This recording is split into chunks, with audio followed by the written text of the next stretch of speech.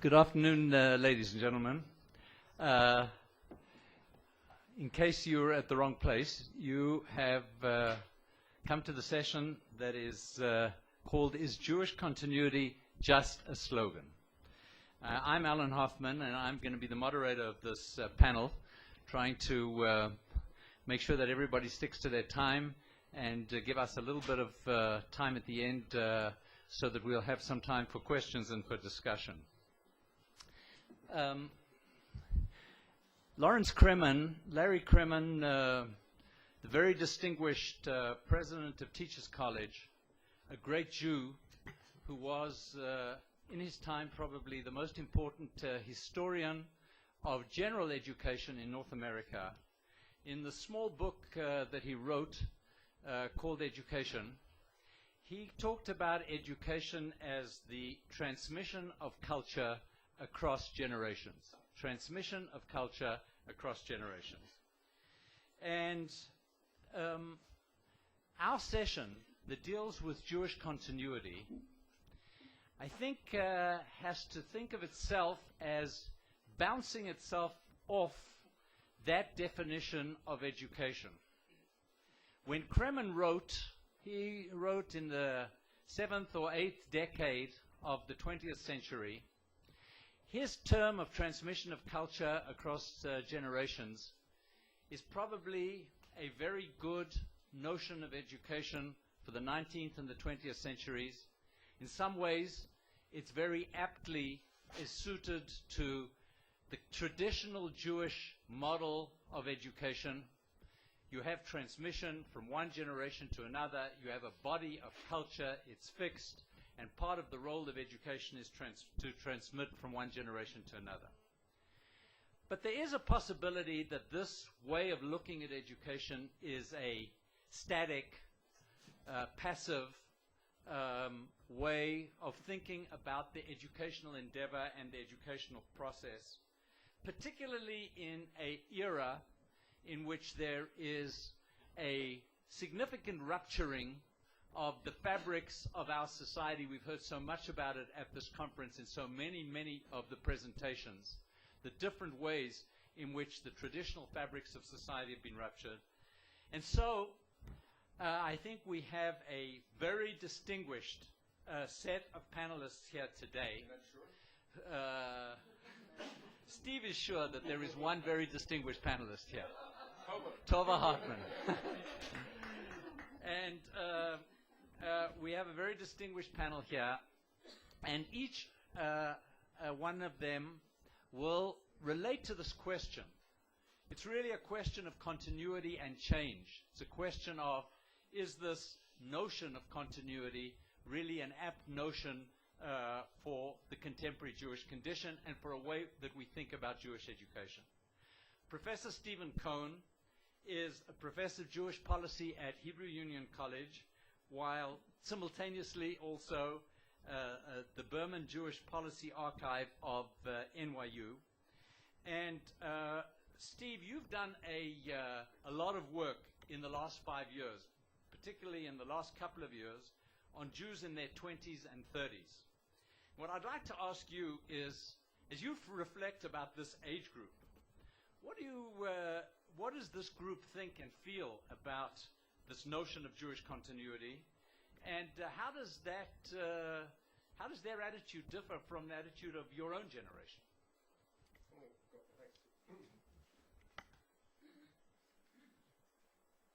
Alan, I don't know where you got that question from, but I'm going to shift it a bit.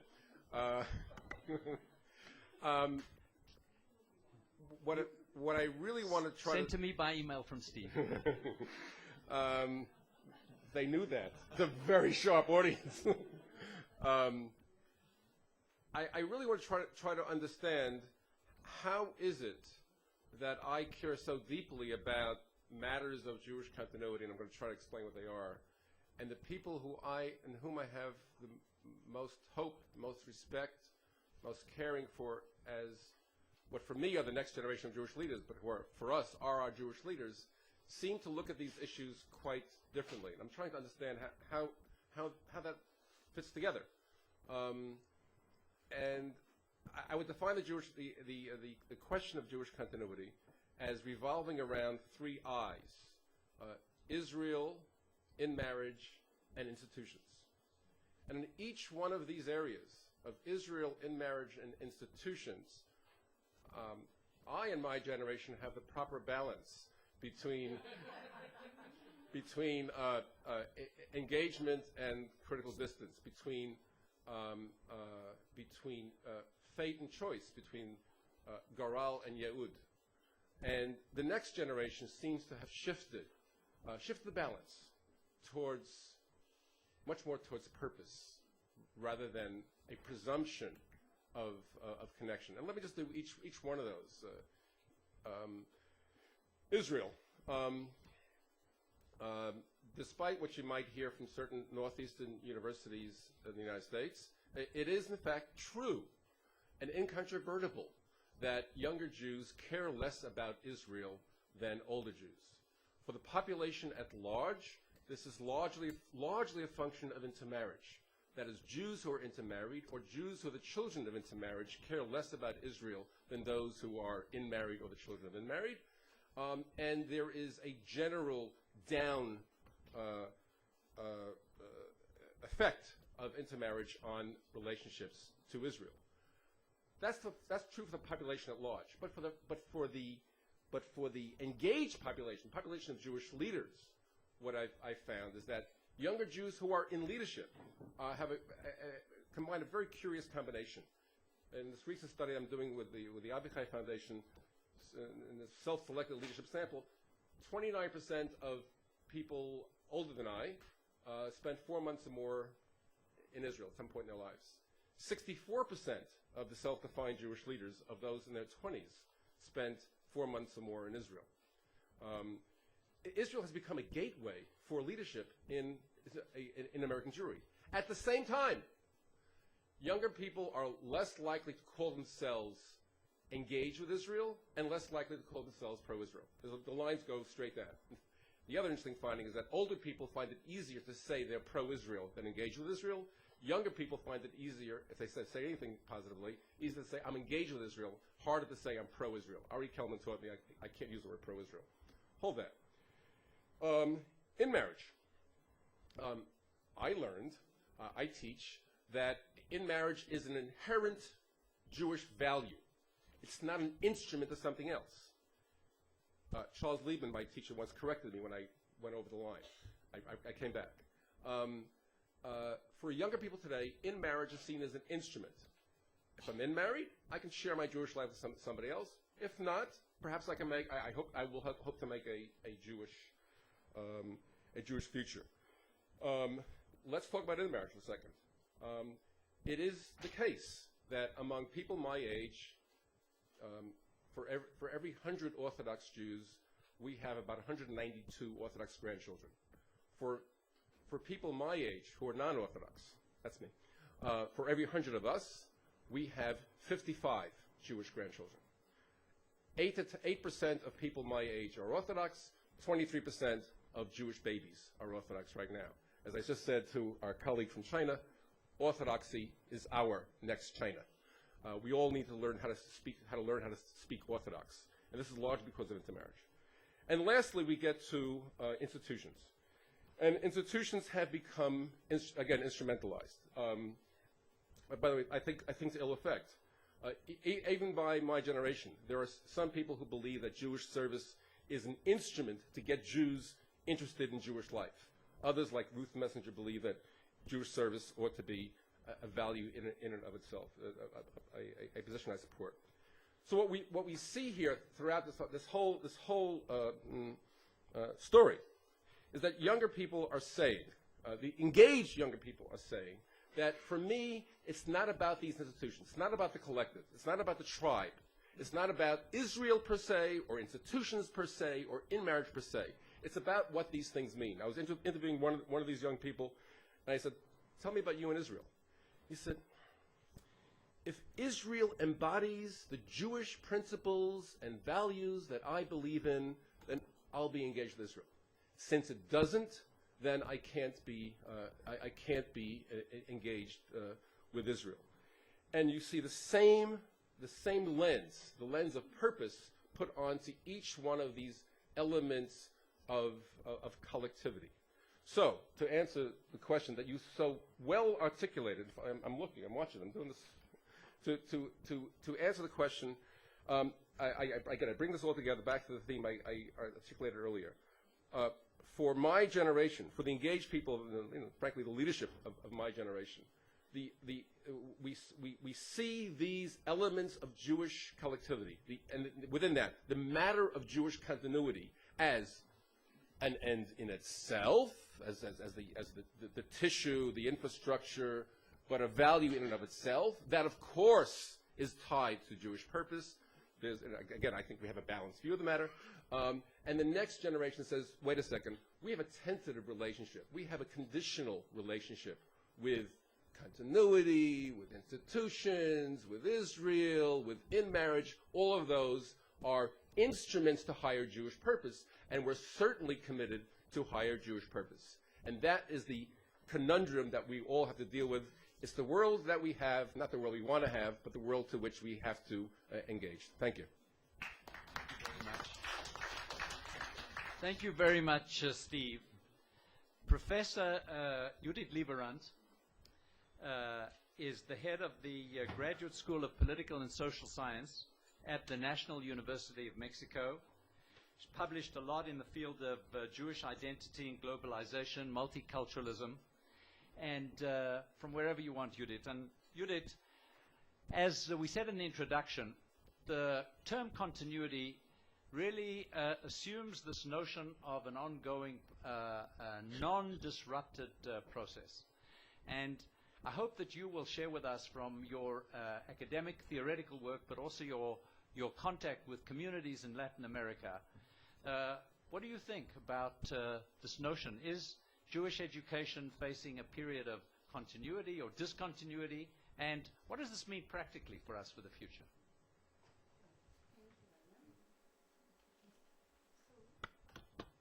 Thank you. As we had the opportunity to speak before, I will refer to your precise question, and I'll start by saying that continuity today has ceased to be based on a smooth transmission of a defined legacy that passes through transgenerational lines. I suggest approaching our subject through the conceptual lenses of a diversified Jewish world, a world of multiple identities, meaning by that the need to understand the continuous process of construction, fragmentation, new formulations, and diversification of Jewish life, which leads to new dimensions that not necessarily imply erosion and decline of identity. Not necessarily, though it is not excluded. Globalization processes pose to individual as well to collective identities new challenges. Precisely, the historical global people, the Jewish people, which experience diverse social context, is defined today by cultural diversity and contesting identity reference. Cultures and civilization, included the Jewish civilization, are realms not only to articulate social coexistence, but also domains where encounters, differentiation, and confrontation take place, both inside and outside borders that are increasingly porous. Therefore, not only continuity, but also diversity, ruptures, and discontinuities become cultural and normative requirements to define paradoxically continuity of Jewish collective life today. Approaching these new challenges must also remind us that Judaism and Jewish life have never been homogeneous. Inner differentiations, divergences, and discrepancies in meanings and symbols of identification. Permanent and vital dialogues and debates. Theoretical and ideological struggles took place inside the changing perimeters of the Jewish condition. However, I agree, today's world disentangled essential and historical deep structures of Jewish identities. There are queries and quandaries regarding the criteria and ways of belonging to the Jewish people, and therefore there are differences both in meanings and belongings.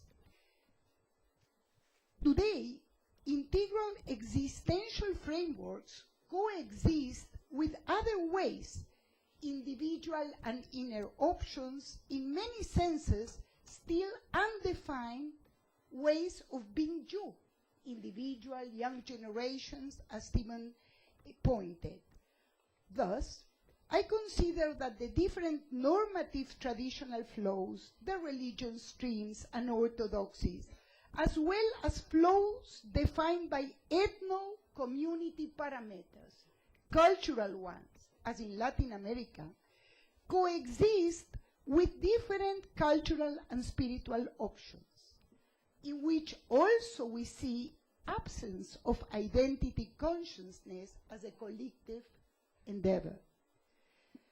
Then, diversity, as part of the question of Jewish continuity, has to be approached in terms also of required communal, organizational, and institutional changes that may provide new options appropriate to changing conditions. And in this sense, continuity demands today to think of creative ruptures, borrowing the expression by Roskis. Creative ruptures, both intellectual and structural. And in this same vein, and following Jonathan Sern's expression when dealing with the secret of Jewish continuity, we seem to live times of discontinuity. As in the past, when Jewish life has faced unknown challenges, the forces of recovery have come not just from those willing to hold fast to familiar answers, but, if you may say paradoxically also, from those willing or eager to try a little of discontinuity on their own. Internal discontinuities may promote revitalization. And let me move further and refer to an example that he brought, Jonathan Serna, and is related to your question, Alan, and has to do with education.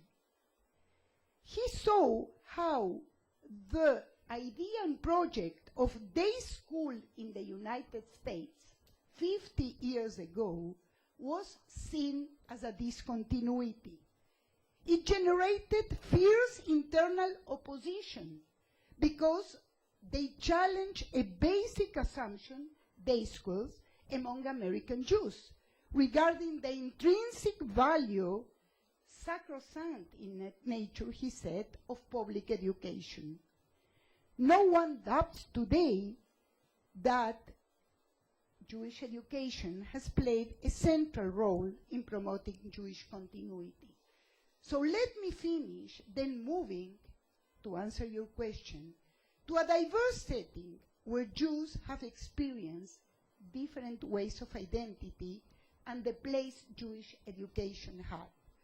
From a global perspective, Latin America points precisely to shrinking communities due to intense migration processes. But simultaneously, there is a process of relocation of Jewish life in other countries and regions. Latin Americans today live in 4 continents: Israel, the States, Canada, Europe, Spain mainly. And I would say that this relocation of Jewish life means that we have to think today more from a perspective of content-wise terms and not only territorial terms. And here education and Jewish education has a lot to say. Latin American Jewish community built Jewish continuity in and through Jewish education. The main domain were to create and project the cultural profile of the communities, were to construct differences both inside the communities and with the surrounding society. The main field were to display Jewish collective and public energy while negotiating with surrounding societies incorporation and integration. Then I would see, answering your question, that Jewish education may be seen as a structural seed for Jewish continuity inside a globalized and a transnational Jewish world. So then, let me finish by saying that with you, as we share knowing the profound tension between a diversified profile of a Jewish system that has to deal with scarcity of resources, from an extended Jewish global perspective, education means today a structural, cultural, and social capital.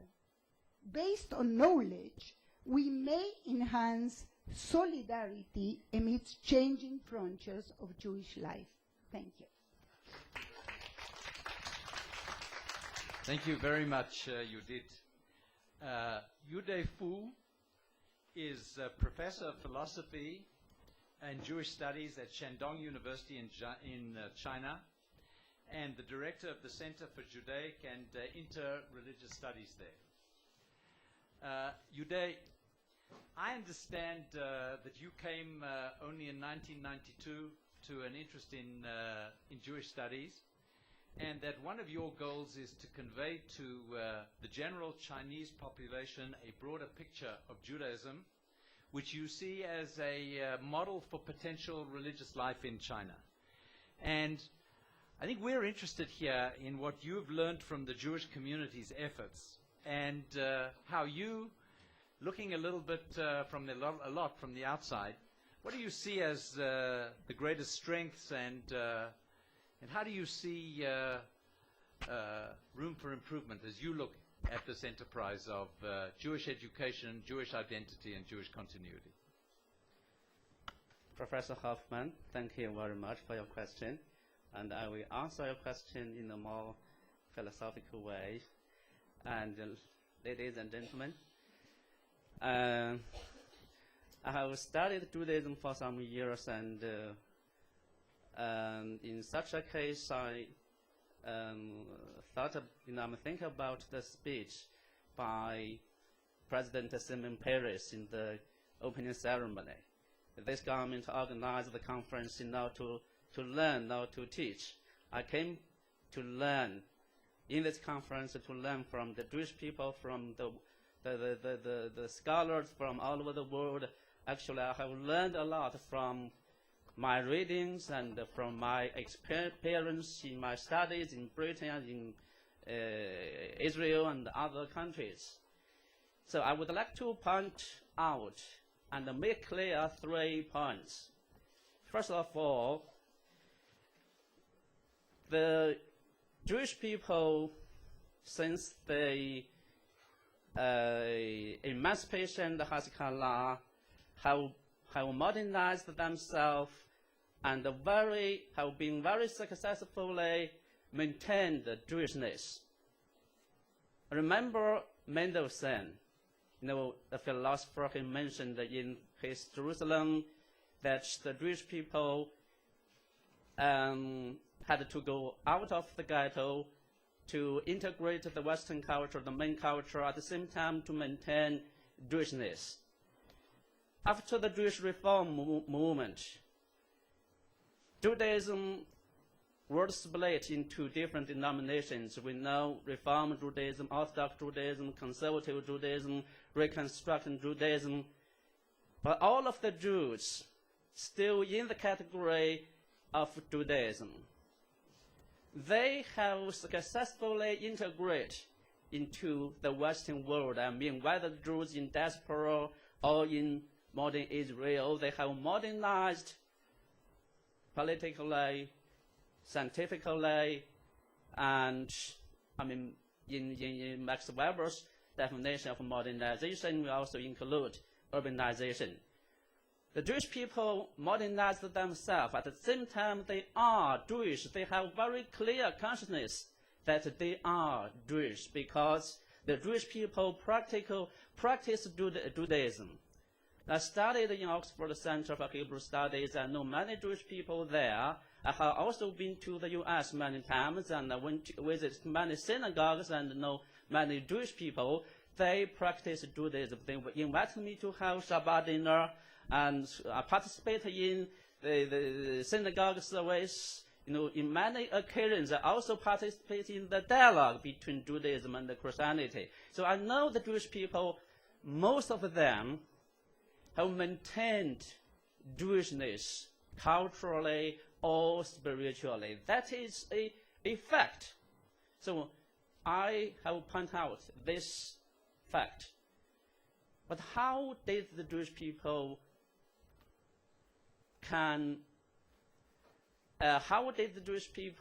modernize themselves at the same time maintain Jewishness?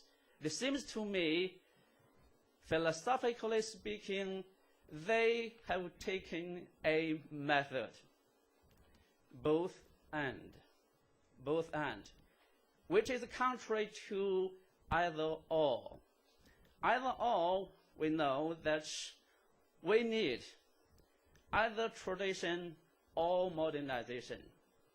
When the Jewish people were faced with the challenge of modernity after the emancipation, many Jews want to, they want to convert it to Christianity. They want to abandon their own religion. But the elite of the Jews realized the importance of Jewishness, so they started the reform. And after the reform, they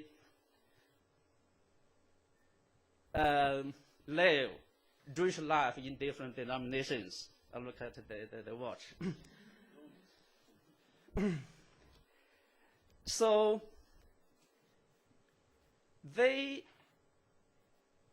to some degree, inherited and maintain the tradition, whether the Orthodox Judaism or the liberal, the Reform and the Conservative, they accept the tradition a lot, although they also changed a lot. At the same time, they think, well, we are in modern times, we have to enter the modern world. We have to study science, technology, we have to accept democratic system.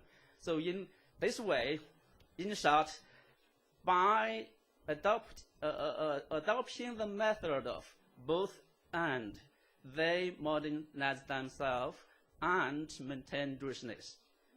The third point, what we can learn from Jewish people and from Judaism. I'm from China. I grew up dealing with the Cultural Revolution. I know what happened in China. I realized the importance of religion, realized the importance of Chineseness, if I can use the term. From the Jewish appearance, from my study of Jewish people, I know we Chinese people nowadays should also develop our religion, Confucianism in particular. If you know history of China, you know the May 4th movement, you know the Opium War, you know May 4th movement, the movement of new culture, the Cultural Revolution. You know how seriously the culture was destroyed or discontinued in China. So nowadays the young scholars realize the importance of a Chinese soul. We are going to make a Chinese soul by reviving our own tradition, by learning from Judaism. As I mentioned, that the Jewish people are Jewish because although they scattered in different denominations, but they are practitioners of Judaism. We Chinese people, I think, should take a model from the Jews, and we will do our best to revive our tradition and to make a soul for the Chinese people. Thank you very much.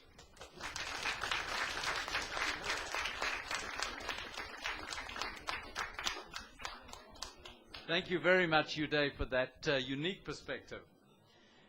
Dr. Yehuda Kurtzer from Boston is a visiting professor at Brandeis University.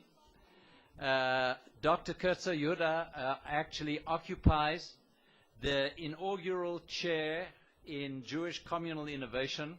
Many of us, I think, read about this major initiative of the CRB Foundation, create a chair in Jewish communal innovation, and Dr. Kurtzer is the first incumbent of that chair. Yehuda, as we talked before, one of the things that you pointed out to me is that the term Jewish continuity also has an assumption built into it of the kind of darker side of the same coin, which is this assumption of the disappearance of the Jews. Assimilation, intermarriage. Some of you, both in Israel and abroad, may remember a couple of months ago a not-so-brilliant campaign in the Israeli media that talked about lost Jews. And I want to ask you, as you think about Jewish education, Jewish continuity, how does this paradigm that is so much in the forefront of the public debate, whether it was through lost or whether it's about assimilation, the side of discontinuity, how successful do you think that paradigm is in today's in the condition of today's young Jews? Great. Thank you, Alan. I want to respond to your question and actually directly to Steve's presentation through thinking about a text, which I generally like to do anyway because it helps us anchor what it is we're thinking about. In his statement on Jewish continuity, the American-Israeli political scientist Daniel Elazar did something rather unusual.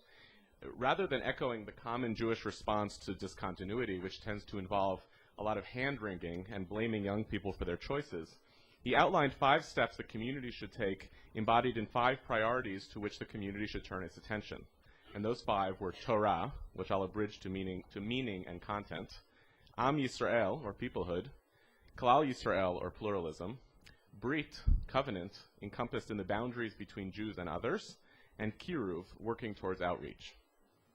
There are certainly areas in which I might quibble with Elazar's choices, and certainly with the way he interprets these significant categories. But what I appreciate about this stance is that it thinks programmatically about what we should be doing rather than the usual navel-gazing of speculating about the source of the problem. And more importantly, it acknowledges that challenges to Jewish community and identity are complicated and nuanced and cannot be described, much less solved, through single panacea diagnoses or answers.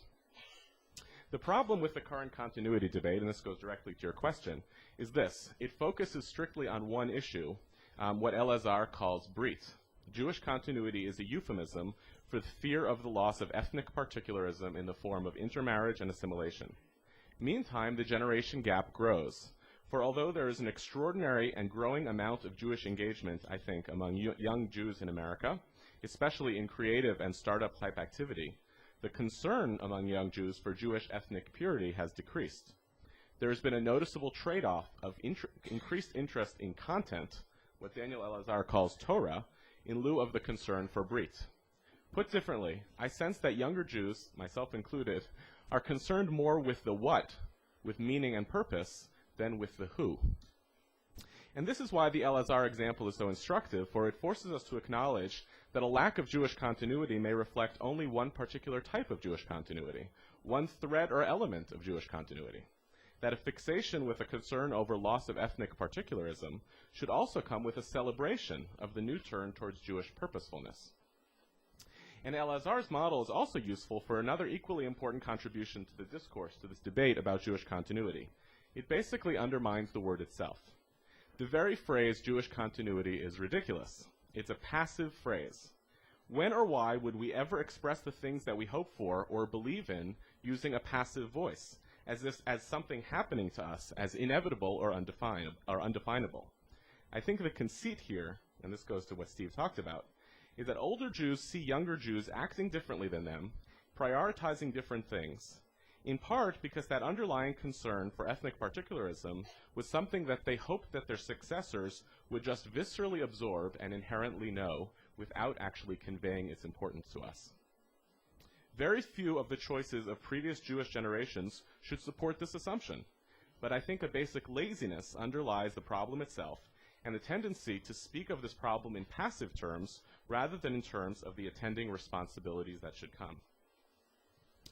If we care about those who are supposed to follow us, let's be honest about what it is we care about. Let's have the courage to speak clearly about our values and own up to them. And of course, then step out of the way and allow for the reality that every generation of Jews, since there have been Jews, have ably redefined what it means to be Jewish. That assimilation, purposeful assimilation, and transformation have always been essential to Jewish adaptivity and survival. And if we're going to conduct that generational conversation meaningfully, if we're going to continue the continuity debate in a different lens, I propose that we frame that conversation meaningfully as well. Since I think Elazar's technique of describing purposefulness using classical Jewish phrases was itself useful, let me add two here as well. If our community wants to talk about continuity, about what should follow from one generation to the next generation in helping preserve and improve Jewish life, let's talk about Masoret and Kabbalah, about transmitting and receiving. I want to challenge the older generation of Jews who are concerned about continuity to frame for us what exactly you want continued, and to try to transmit those values, limsor, in an intellectually honest and a loving way. And in turn, I want to challenge my own generation of Jews, of the succeeding generation, to be active recipients of that transmission, knowing that however much we want to change in the Jewish world, we have to know what it is that we are changing. In my own work, I am proposing that the way we think about continuity, about purposefulness, is encompassed through thinking about memory. Memory is the process by which we selectively adapt the things from our past in ways that command them and make them important for the present. Memory is not the same as history, where we take stuff from the past and stand in discontinuity from it. And it's not the same as nostalgia, where we look down at the things that come before us. We do memory all the time, selective memory that commands and empowers us. And that's a lens that I think can be useful for thinking about how to frame this transmission from one generation of Jews to the next. Ultimately, I believe in this kind of rephrased continuity, in the importance of a link between those who come before us, who we are, and those who come after us. But I think we need to shift that discourse from panic to purposefulness. Thank you.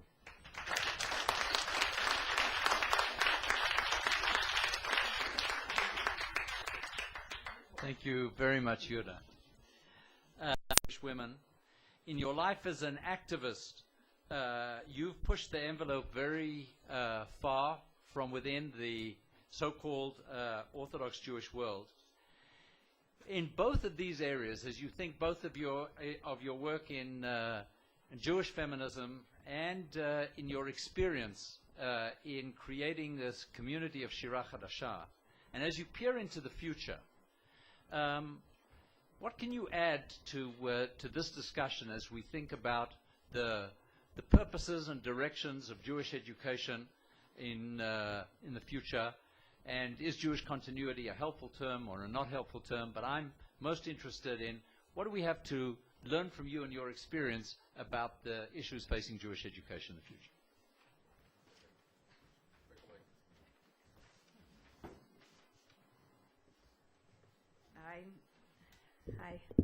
I think you know the famous joke, how many rabbis does it take to change the light bulb? They say, change?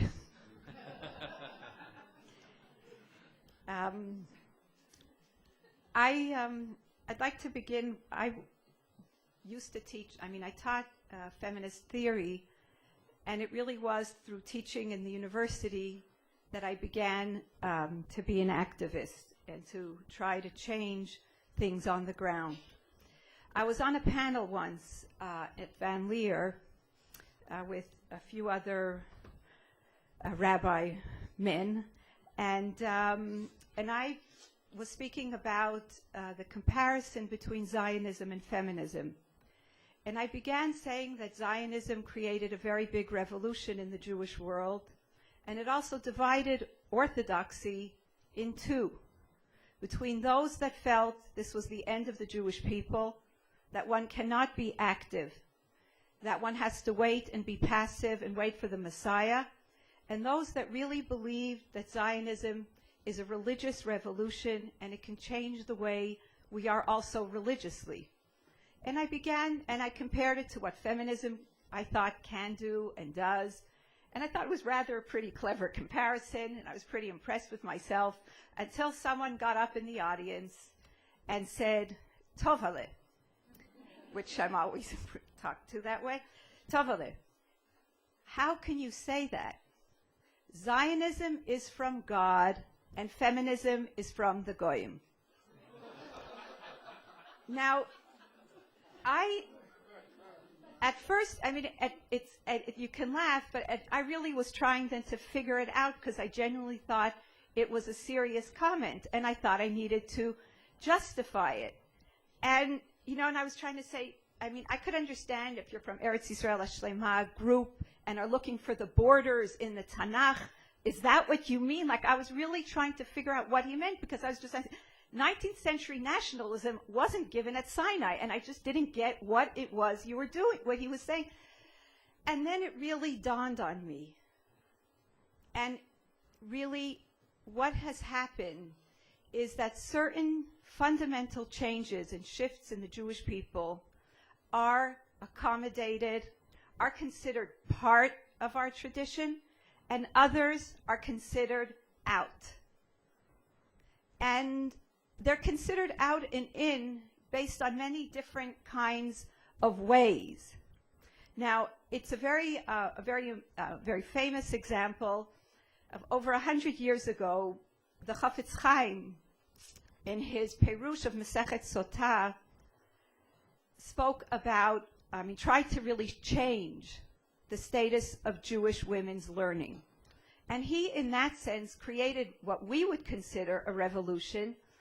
And he began his tshuva, his answer, saying, times have changed. Families do not live in the same way. Transmission is not working in the same way. People are all over. Girls have to start learning. Now, you look at what he could have done, the traditional thing in changing in halacha, and saying, really, there were so many women in the Gemara who learned, or don't you really know, Dvorah HaNeviah. He could have done the regular self-corrective mechanism that all of us who are brought up in orthodoxy are used to. Finding precedent, finding this, we do that whole thing so well. Except what he did was that he was able just to simply say, times have changed, and we really have to change now the education of girls. Now, why is that not a revolution? And why is certain things that I have tried to do considered a revolution? And this is something that has puzzled me, and it is something that I really tried to think about. And I think what really it is that I have come from the traditional parts of Judaism, and that is that there are many self-corrective mechanisms in Judaism. Many. I grew up really believing that we were always moral, and if anybody isn't, they really don't understand Jewish tradition right. And until I went to Bnei Akiva enough times and kept on coming back and saying, but Abba, it can't be that everybody else says this and just us, just we're really understanding Judaism correctly. And it slowly dawned on me that what really goes on is that in Orthodoxy and in traditional Judaism, there's a group of people who are given the right or are empowered to say what is in and what is out. So if I say, now it's not only time for Jewish women to learn, but Jewish women have to daven in a certain way, and we have to stand before God in a certain way in our Orthodox schools, saying that times have changed means that I'm out, but certain people are allowed to say that times have changed and they're in. Now, what does that mean? What does that mean in terms of creating change, in terms of making change, in terms of saying there obviously has to be some kind of way to make change? Not everybody who feels like every day can make change. it will be total hefker. Well, how do we think about then now? Those were some of the serious questions that I asked myself, a group of us asked ourselves, when we tried to really make change within a framework of traditional Judaism and start changing a shul. Now, there are those that say there's continual revelation. Religious feminists have taken the Rav Kook and others who talk about, and they basically say God revealed himself and therefore we know it's Zionism. Now God revealed himself again or herself again.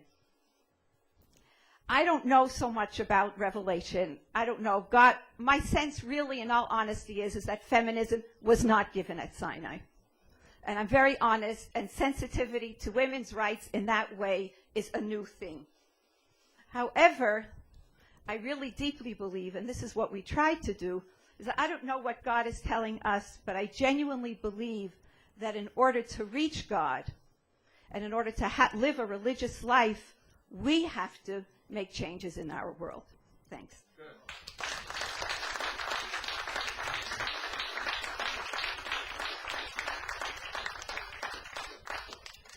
Thank you very, very much to all of our panelists for a very rich and set of different perspectives. We now have touch under a half an hour. What we're going to do is we're going to take 15 minutes for comments, questions around the room, and then I'm going to ask each one of our panelists to take between 2 and 3 minutes to respond, either to say the things that they had on their piece of paper and they didn't get to say, or to respond to questions or comments from the floor. And I think we must have Rabbi Uri Regev. I don't know if there's a microphone in the room. Yeah. It's a pretty... No, but they need you, Uri, for the...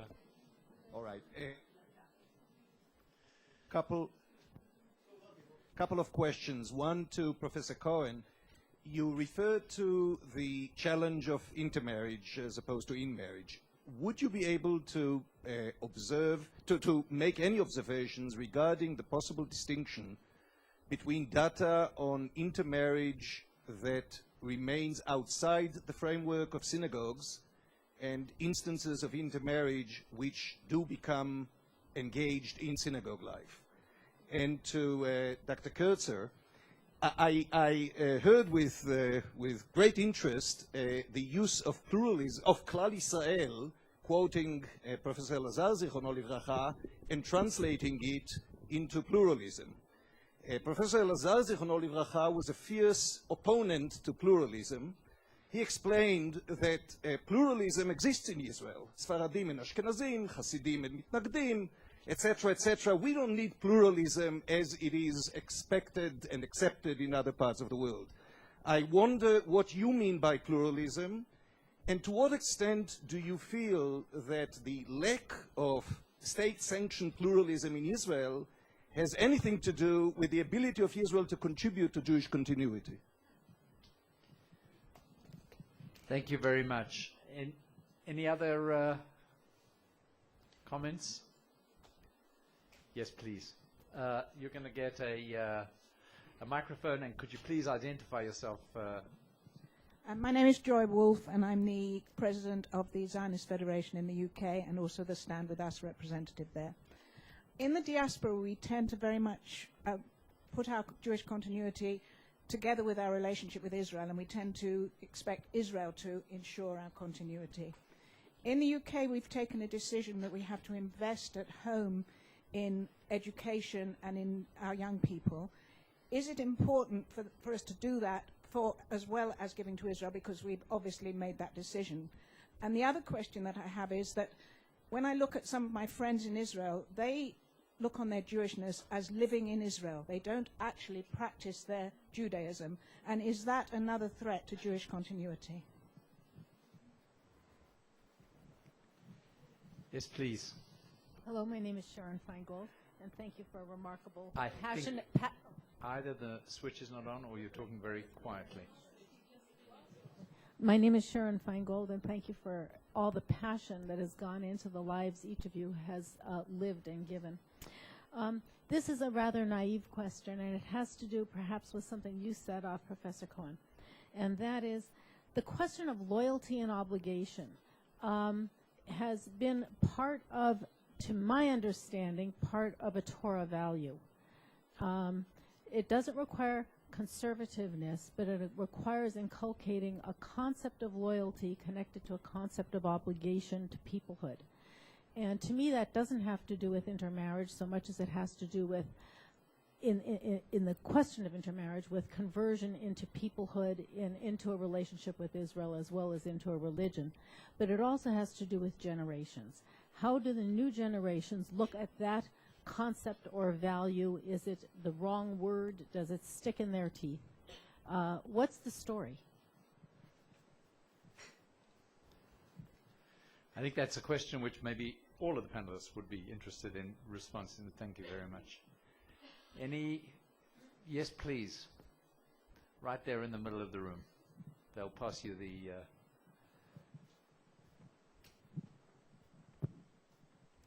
Hi, my name is Lisa Goldstein. I work for Hillel in San Diego, and I'm currently a Mandel Jerusalem Fellow. I am curious about this. I'd like to hear more about this idea of purpose, both thinking about that if the generation that I work with on college campuses are driven by purpose, and the different I's that you mentioned, Dr. Cohen, are involved with, that these are ends to a purpose. I'm wondering what that purpose is. And I'm also wondering how, according to in your different fields, how do you see people developing a criteria for what provides purpose? How do they develop that sense of purpose? I know we have two questions over there in the corner. I want to remind us that our session is continuity a slogan. The session is about Jewish education. This was a nifty title that the conference, but I want to remind us that the core issue that each one of our presenters has responded to is the question of, as we think towards the future, which is the Hamachar, which is the purpose of this conference, what do we think about the core issues that are facing Jewish education? Anyway, we have three... Over there on that side, we have three rows. Let's start from the young man in the very corner in the back in the dark. Thanks. I'm Matias from Uruguay. Matias Barón from Uruguay, Latin America. And what are you doing in Israel? That's a good question. I don't know. I was invited. It's beautiful. It's beautiful. I live here. I spent 1 year here living. My question is it's a question that I always ask me, and I didn't have an answer. And I think that in order to fight with the assimilation and the anti-Semitism, the Jewish community closed his doors and tried to bring young people into those organizations. One, maybe the young people want to have Jewish experience, but not to be disconnected with the rest of the young people who study with them, who work with them, who have a life with them. And my question is, if it will be possible, realistic, and good to share our culture, our behaviors, in order to bring those people that they don't want to come to a Jewish organization only with Jewish people, and try to bring it again to the community. If it's possible to share our culture with other people, and in that way bring it again to the community. Please. Hi, I'm Aaron Weinberg. I'm on Kivunim, and next year we'll be attending Brandeis University. So I have a couple of questions for different panelists, but I'll start with Professor Kurtzer, Kavod Brandeis. So you talked a lot about how you're calling on the community above us to sort of pass on sort of the essence that they feel that we are lacking in terms of their message. what if you look at it the other way? What if it's okay for our generation to redefine our Judaism as we see fit for the world in which we encounter and abandon, as radical as that is, the Judaism of yesterday and look to the Judaism of tomorrow? To Professor Hartman, within the feminism and the Jewish life that you embody and is so amazing in Shira Chadashah, it always strikes me that there seems to be, especially within the halakha as it's been defined, limits. What's your vision for that?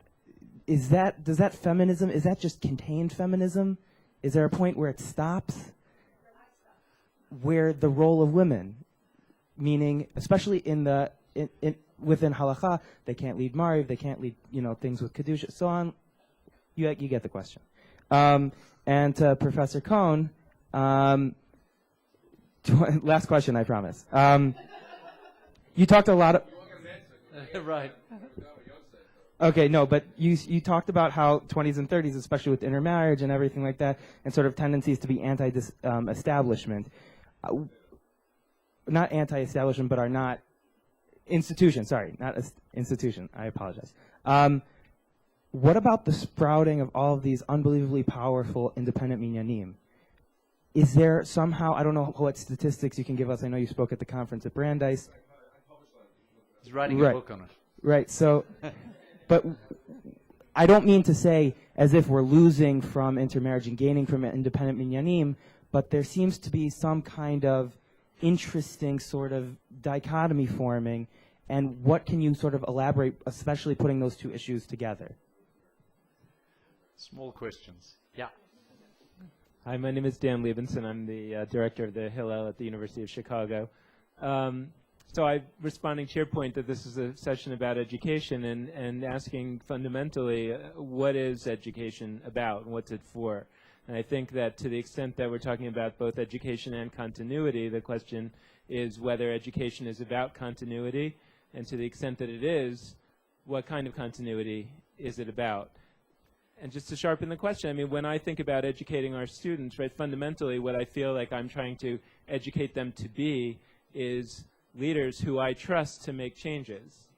And the question is, what kind of education do those of us who are educators need to feel is sufficient to allow our students to remake the world in their image?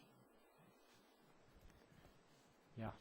Hi, I'm Ruth Wazana from France. I'm the founder and chairwoman of Limoud in France. And I wanted to raise the fact that in Limoud, which was a concept which was created in the UK, anybody can come and give a session, and also I was amazed talking with people in these events to realize that talking about Jewish continuity and about people who don't know, I mean, it's not only the younger generation, but also people in their 60s who are in demand and who are coming and joining Limoud, the Limoud events and the Limoud community in general. And there is really a demand in intergeneration, and also in getting to learn from each other. And I just wanted to know what the speakers could say and their feeling about that. Okay. Chancellor Eisen. All the way down here.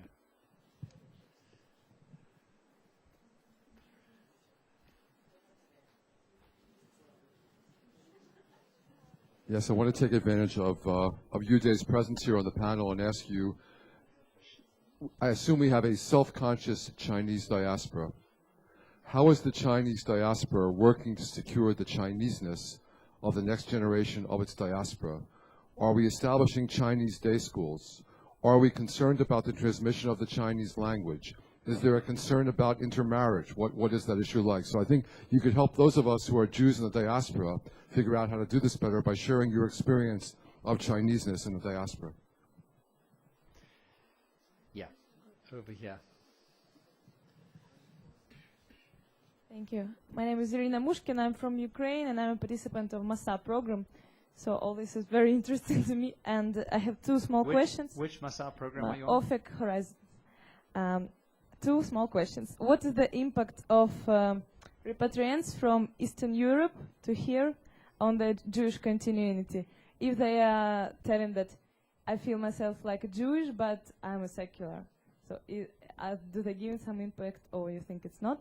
And then also second question, could you please give me the definition of who is a Jewish person, whom you consider to be a Jewish person? Because this is very, yeah.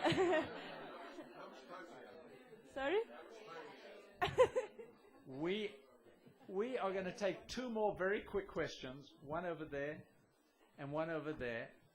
And, yeah. Okay, my question for all speakers. This question always asked by my students in China. How Jewish people how to keep Jewish memory among secular young generation? Thank you. Very quick question. Very long answer.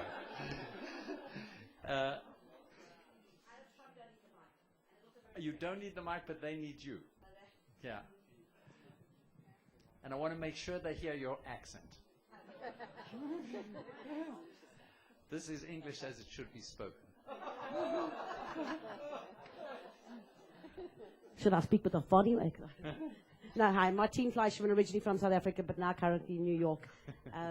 Women's Philanthropy President in New York. But my question is very broad, and that is with regards to the family. I haven't heard anybody talk about family education and how that affects the continuity, and what can we do effectively to actually inculcate our families and to really bring up, and to educate parents so that they kind of continue that, to educate their students and bring in that memory that you spoke about, Yehuda. Thank you very much. I know there are other hands, but we're going to have to bring this session to a close. We're going to go in reverse order of our participants.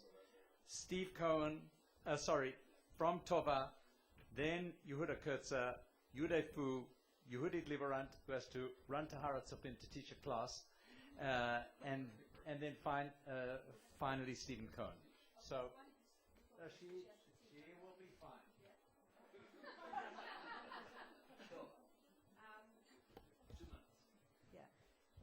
First of all, I think there is no, when you said something about recreating, can we all just recreate? I think there was one creation, and we don't now create ex nihilo from anything. We create from our past. The question is, how do we create, and what do we take from our past, and how do we continue if we actually believe that the Jewish tradition has a self-correcting mechanism and actually did adapt many years and continued some kind of essence. So I think that that's really, I don't think that anybody's recreating themselves from anything. People, how do we make a distinction between what should we take, what shouldn't we take, or what would be authentic and what wouldn't be authentic? So I would like to answer with just a short little story from Masechet Yomah, when they speak about their two prophets who could no longer pray that God is great and God is awesome after the destruction of the temple.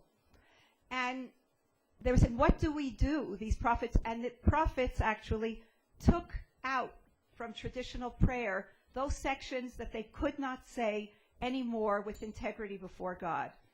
And in response to that, Anshe Knesset HaGdolah, how would you say that in English? The Great Assembly. What they did is that they said, we'll keep those words, but we're going to give new meaning to those words. And at the end, though, and therefore they say the men of the assembly are actually called the great men of the assembly.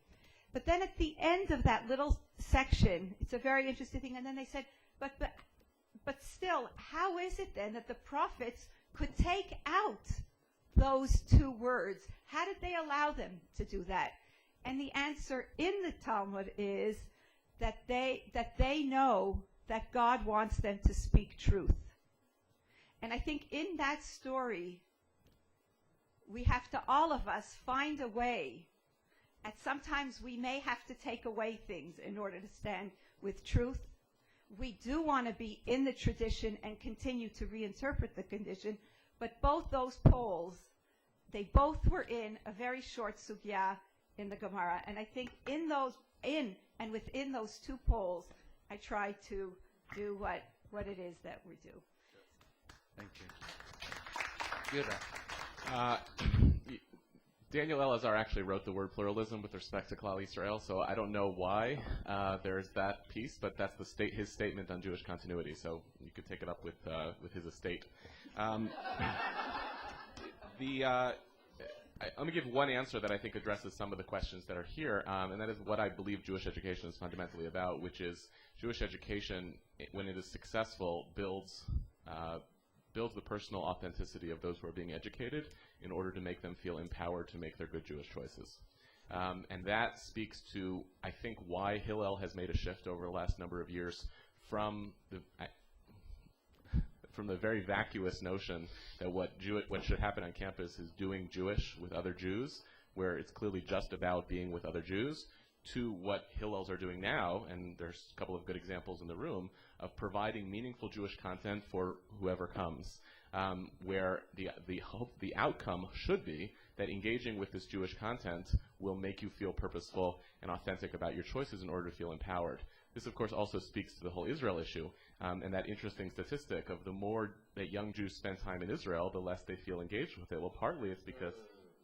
No, I didn't say that. You can say Okay. it. Well, I'll give a different example, right? When I've worked with a lot of Jewish youth groups doing mifgash type programs, the common experience throughout is that Israeli kids feel deeply authentic about the choices that they make, and American Jews feel deeply inauthentic.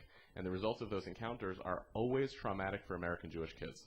So somehow Jewish education for American Jewish kids, which I know a little bit better than I do about Israeli Jewish kids, has to be willing to build that sense of authenticity. And I'd like to see that happen not just in Jewish education setting, but I'd like to see it at places like this conference. I'd like to see folks sit up here to talk about Aliyah on an Aliyah panel, to say not just Aliyah is great and it's good for all American Jews, but to also talk about why there is significance to being an American Jew, to being a diaspora Jew, to be Zionist, even though we still believe in the value of Jewish education in our American communities. We need to do that because I think where we're failing is in building our own sense of personal authenticity to be empowered. I think Jews flutter away when they feel disempowered and when they feel inauthentic. So I'll stop there. Uday, you're in the same place in this lineup.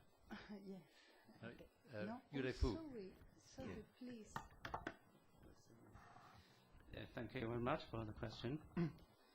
There are many similarities between the Jewish people and the Chinese people, and one of them is the diaspora.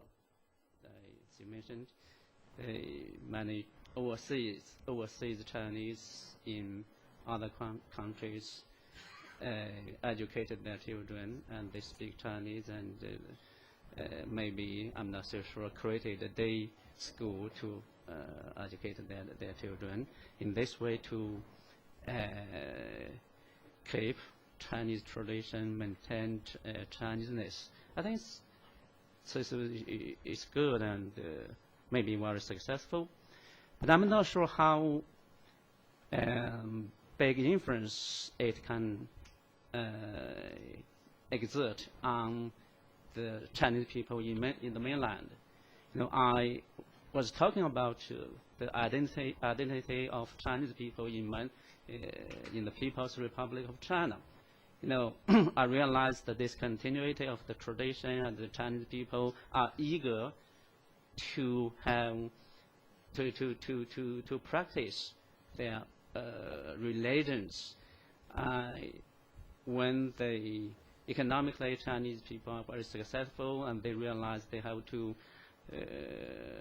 develop their own spiritual civilization. So that's what I mean. I also want to say a few words about Hoffman's question, Professor Hoffman's question, what great strength I learned from my experience about the Jewish community. I think the most impressive factor of Judaism is the Jewish education. I participate in Shabbat meal. I went to the synagogue. I know the circumcision, the wedding, and all these occasions. The Jewish people educate in some way, in their own way, educate their children, and even the adults, so they know we are Jews. We have our own religion. We distinguish ourselves from other people. I'm not saying that I am a nationalist and I want the Chinese people reject Western civilization, other civilizations. I mean, we Chinese people should have our own tradition, to practice our own culture, to inherit something good from our own tradition. At the same time, we open our minds to other cultures, to assimilate what is beneficial to ourselves. So I'm not a nationalist, although I think for the time being, it's very important for the Chinese people to learn from the Jews, to reform the culture, to establish their own spirit. Thank you. Judith. Well, let me be short because of many reasons. First of all, I want to tell to my colleagues here that I truly enjoyed, because I see here a very plural perspective, disciplinary, I would say, theoretical, and this enriches very much. Let me point to 3 questions that were here raised. First of all, Klal Israel and Professor Daniel Elazar. Well, Klal Israel for Elazar was peoplehood, right? So the translation to pluralism, I think it's a part of a very good interpretation, which means that today Klal Israel needs really to understand the inner diversity of Judaism and of the Jewish people. And inner diversity means to provide the precise spaces where education, Jewish education, can bring to a public Jewish thought, where to discuss and to find the common grounds, which is, I think, one of the main challenges we face. I heard what Tova said, and I think it's very important. There are always people who define who's in and what is out. So we may really bring Jewish education into a further communal level, which means a Jewish public thought, where to promote encounters. I think we could get to a closer, I would say, answer to the challenges. Second, Professor Eliezer Ben Rafael, who heads the project of Klal Israel today, he has many times quoted Wittgenstein saying that identities may be seen as family resemblances. There are core questions, right? And there are different answers. So what we are facing today is that we have different answers. We address same questions and we address also new questions. And this brings me to the last point, memory. I only want to point, I do agree with you, but I only want to point to a very unique tension we face today, I think. From one side, Jewish identities have to face with unprecedented, I would say, challenge, let me repeat the expression, the Jewish memory as a virtual memory sometimes. A people dispersed, place and time are virtual, while simultaneously, and I listen to some of the youngsters and their questions, they share in different particular societies in a multicultural setting other kind of memories. So we also face today the attractive, I would say, call of address memory through, I would say, again, a public sphere where we can bring these questions and analyze them in the way we did today. Thank you.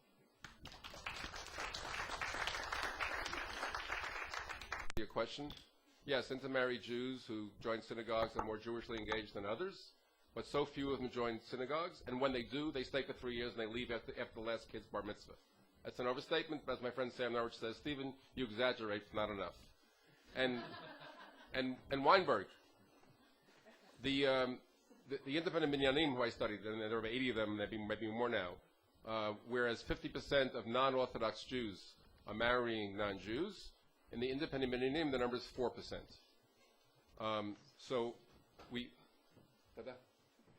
So one reason that I want to talk about intermarriage is that a lot of us believe it's not such a problem, and it's a very serious problem.